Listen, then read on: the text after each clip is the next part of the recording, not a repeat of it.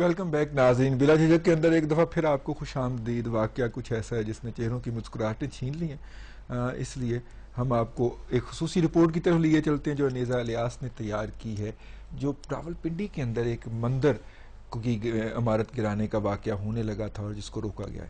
دیکھ لیتے ہیں یہ خصوصی رپورٹ. 1923 میں لالا تنسکھ رائے رئیس اعظم نے راولپنڈی میں اپنی بیگم کی یاد میں یہ مندر تعمیر کروایا تھا. مندر کے ساتھ ملحقہ شمشان گھاٹ کو نہ صرف ہندو مذہب بلکہ بدھ مت اور مختلف مذاہب کے پیروکار اپنے پیاروں کی آخری رسومات ادا کرنے کے لیے استعمال کرتے تھے. اس وقت میں ہندوؤں کی عبادت گاہ لالا تنسکھ رائے صاحب سیال کے سامنے موجود ہوں، جسے مسمار کر دیا گیا اور لوگوں کی ایک بڑی تعداد نے اس موقع پر احتجاج کیا. راولپنڈی کے علاقے جاوید کالونی ٹیپو روڈ میں واقع اس 87 سال قدیم تاریخی عبادت گاہ کو گرا دیا گیا. 2 کنال پر محیط یہ عبادت گاہ شمشان گھاٹ سے منسلک ہے. یہ زمین اویکیو ٹرسٹ بورڈ کی زیر نگرانی ہے، جو کہ انہوں نے انتہائی سستے داموں ایک میڈیا گروپ کو لیز پر دے دی، جس پر علاقے کے مکینوں نے شدید رد عمل کا اظہار کیا.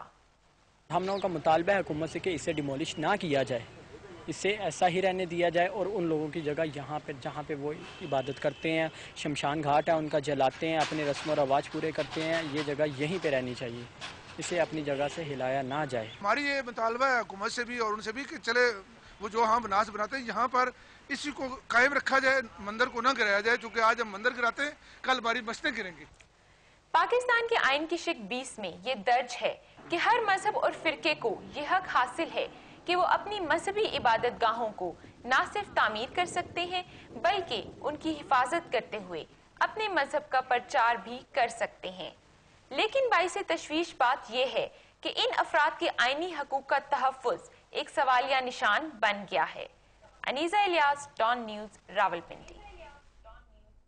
آپ نے ایک بڑی رپورٹ دیکھی یہ والی، اور اس میں بڑی ایک انٹرسٹنگ بات تھی کہ جو وہاں کے علاقے کے مسلم لوگ ہیں وہ اس بات کا مطالبہ کر رہے ہیں کہ اس عبادت گاہ کو نہ چھیڑا جائے. ہمارے ساتھ اس سیگمنٹ کے لیے موجود ہیں ڈوگر صاحب، اس لیے ان کی موجودگی کا فائدہ اٹھا کے. ڈوگر صاحب، آپ کے خیال میں یہ تو آپ نے کہا پولیس جو ہے سفیشینٹ فورس نہیں ہے، سیکیورٹی پرووائڈ نہیں کر سکتی، کوئی ایسا طریقہ بھی تو ہوگا نا کہ جو ملک صاحب خود اڈاپٹ کر لیں؟ ایک تو یہ ہے کہ گھر سے نہ نکلیں، دوسرا یہ ہے کہ کوئی ایسا سیکیورٹی میئرز ہوتے ہیں جو ڈیفرنٹ میئرز لیے جا سکتے ہیں نارمل حالات میں، جس سے آپ کا کام بھی کم ہو جائے اور ان کی انسیکیورٹی بھی کم ہو جائے. کیا خیال ہے؟ جی، یہ درست بات ہے. ایک تو اس بات کی بڑی ضرورت ہے کہ to change the mind set of the extremist اور ریلیجیس ایکسٹریمسٹ، اور پھر اس کے ساتھ ساتھ اپنی جو سیکورٹی ایجنسیز ہیں، اپنے رضاکار ہیں، والنٹیئرز ہیں، اور اس کے ساتھ پولیس بھی ہوگی تاکہ پولیس کی ایفرٹس اور پریزنس ملٹیپلائی ہو جائے، اور ان ارینجمنٹ کے ساتھ ہم یقیناً بہتر نتائج حاصل کر سکیں گے. آپ کا خیال ہے کسی لیول پہ ہمیں رینجرز کال کرنے کی ضرورت پڑ سکتی ہے، خاص طور پہ یہ جو ریلیجس ایکسٹریمسٹ کے واقعات بڑھ رہے ہیں؟ پچھلے دنوں فیصل آباد میں 2 فرقوں کے درمیان آپس میں فائرنگ ہوئی، یا آپ کا خیال ہے کہ لیڈرشپ کے لیول کے اوپر اس کو ٹیکل ہونا چاہیے دونوں سائیڈ کے؟ دیکھیں، میرا ذاتی خیال ہے کہ یہ جب تک سول سوسائٹی اور جنرل پبلک اس میں انوالو ہو جائے گی تو بہتر نتائج حاصل ہوں گے. جہاں تک رینجر یا کسی اور لا انفورسمنٹ ایجنسی کی مدد کی ضرورت ہے، وہ تو ایک اسپیسیفک انسیڈنٹس یا آپریشن یا کوئی ایک خاص لا اینڈ آرڈر کی صورتحال خراب ہو، اس میں پولیس کی مدد کے لیے اس کی ضرورت ہوتی ہے. اور جنرل ایسے واقعات میں جہاں ایک پیٹرولنگ کے لیے وہ بھی جہاں صورتحال خراب ہو، تو میرے خیال میں سول سوسائٹی، جنرل پبلک اس میں انوالو ہوں گی، اور تاکہ سینٹی پرویل کرے تو اس سے حالات بہتر ہوں گے. سول سوسائٹی نقی صاحب انوالو ہو اور سینٹی پرویل کرے. رویوں کے اندر جتنی انتہا پسندی آ گئی ہے، مطلب غازی علم دین شہید اس زمین کا بہت بڑا ہیرو ہے، اس کو سیلیبریٹ کیا جاتا ہے ہر سال. اس کے بعد ہم کیسے توقع کریں کہ ٹالرنس جو ہے اس کی تبلیغ ہوگی اور ایک دوسرے کو برداشت کا حوصلہ پیدا ہوگا؟ ایک تو یہ بات ہے کہ جو اکثریت ہے اس کی ذمہ داری تھی کہ وہ یہ تحفظ پرووائڈ کرے.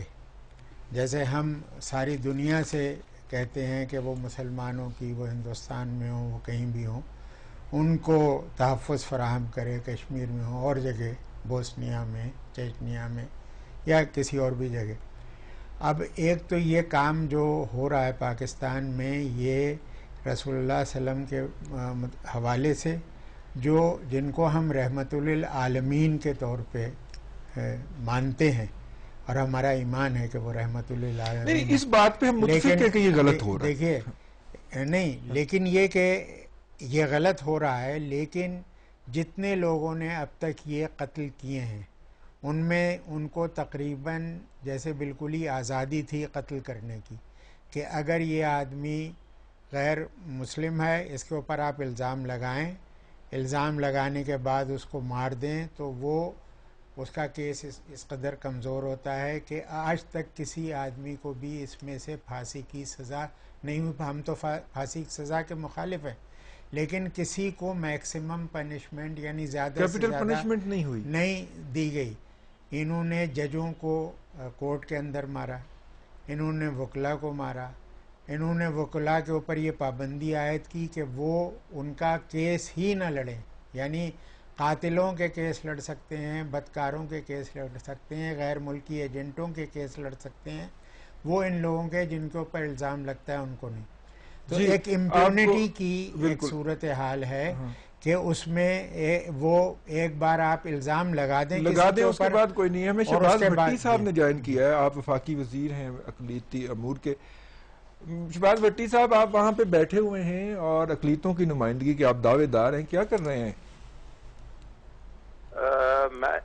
میں یہ سمجھتا ہوں کہ یہ جو واقعات ہو رہے ہیں بلاسفیمی کے حوالے سے ہوں یا ٹیررزم کے حوالے سے ہوں، ان کے پیچھے وہی مذہبی جنونیت ہے جو پاکستان کے اندر اس طرح کے واقعات پیدا کر کے لوگوں میں خوف و ہراس پیدا کرنا چاہتے ہیں، اشتعال پیدا کرنا چاہتے ہیں، اور اپنا وہ جو ایکسٹریمسٹ ایجنڈا ہے اس کو وہ فلفل کرنا چاہتے ہیں.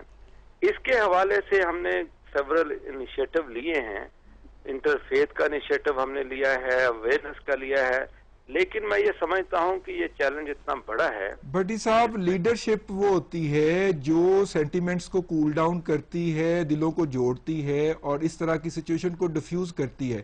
آپ لیڈر ہیں، اس لیے آپ کا تو رول زیادہ وائٹل ہو جاتا ہے. آپ صرف میئرز نہ سنائیں، ہمیں بتائیں کہ پریکٹیکلی کیا ہے. تو پریکٹیکلی آپ سنیں گے تو آپ کو میئرز بتائیں گے نا. ابھی ہم نے 12 جولائی کو ایک انٹرفیتھ کنسلٹیشن میٹنگ کی تھی. اس میں ہم نے تمام علماء کرام کو، اپنے تمام مائنورٹیز کے ریپرزینٹیوز کو بھی بلایا تھا، اور اس میں ہم نے اس چیز کو ڈسکس کیا تھا کہ کس طریقے سے ہم وہ تمام چیزیں جو کنفیوژن کا باعث بنتی ہیں، انتہا پسندی کا باعث بنتی ہیں، ان کو دور کیا جائے. پھر ہم نے ہیٹ لٹریچر پہ اس میں رضی صاحب سب سے اہم بات ان کو یہ ہمیں بتائیں، کیونکہ یہ نمائندے بھی ہیں اور اسمبلی میں بھی ہیں، کہ آیا انہوں نے علماء کرام سے اور جو سیاسی پارٹیاں ہیں ان سے اور جو اکثریتی پارٹی ہے جس کے خود بھی رکن ہیں، ان سے یہ بات کی کہ یہ جو 2 قوانین جو ترامیم آئی تھیں 295 سی بی وغیرہ، ان کو اس میں سے ہٹایا جائے، کیونکہ یہ اصل میں اس کی بنیاد ہیں جس کی وجہ سے یہ قتل ہو رہے ہیں. جیسے میں نے عرض کیا تھا ابتدا میں کہ 30 برس تک تو پاکستان بننے کے بعد یہ قانون نہیں تھا. ضیاء الحق صاحب کو خاص قسم کے مسلمان تھے کہ جو انہوں نے آ کے یہ کیا، اور اب اس کو بدلا نہیں جا سکتا. جی بھٹی صاحب. جی، اس میں کچھ علماء کرام سے ہماری بات ہو رہی ہے اور اس حوالے سے ہم اس کو آگے بڑھا رہے ہیں، اور ساتھ ساتھ علماء کرام کے ساتھ اور بھی جو اسٹیک ہولڈرز ہیں ان سے بھی بات کر رہے ہیں کہ یہ کنسنسس ڈیولپ کیا جائے کہ یہ قوانین کس طریقے سے مس یوز ہو رہے ہیں، کس طریقے سے ڈس ہارمنی پیدا کر رہے ہیں، کس طرح سے وکٹمائزیشن کر رہے ہیں، اور کس طریقے سے یہ ایک ٹول بن گئے ہیں وکٹمائزیشن ٹوورڈز. جی بہت شکریہ شہباز بھٹی صاحب، اللہ کرے آپ جلدی سے جلدی اس کے حل کے ساتھ قوم کے سامنے آئیں. آپ کا بہت شکریہ ہمیں فون پہ جوائن کرنے کا. طارق عظیم ڈوگر صاحب آئی جی پنجاب، آپ کا بہت شکریہ ہمیں اس پروگرام میں جوائن کرنے کا. ابھی ناظرین ہم بریک پہ جائیں گے، بریک کے بعد ہمیں عالم اسکالرز ہیں، ریلیجس اسکالر خالد ظہیر صاحب، وہ جوائن کریں گے اور ان سے ہم اس حوالے سے 295 سی اور بی کے حوالے سے بھی بات کریں گے. ہمارے ساتھ رہیے گا بلا جھجک میں.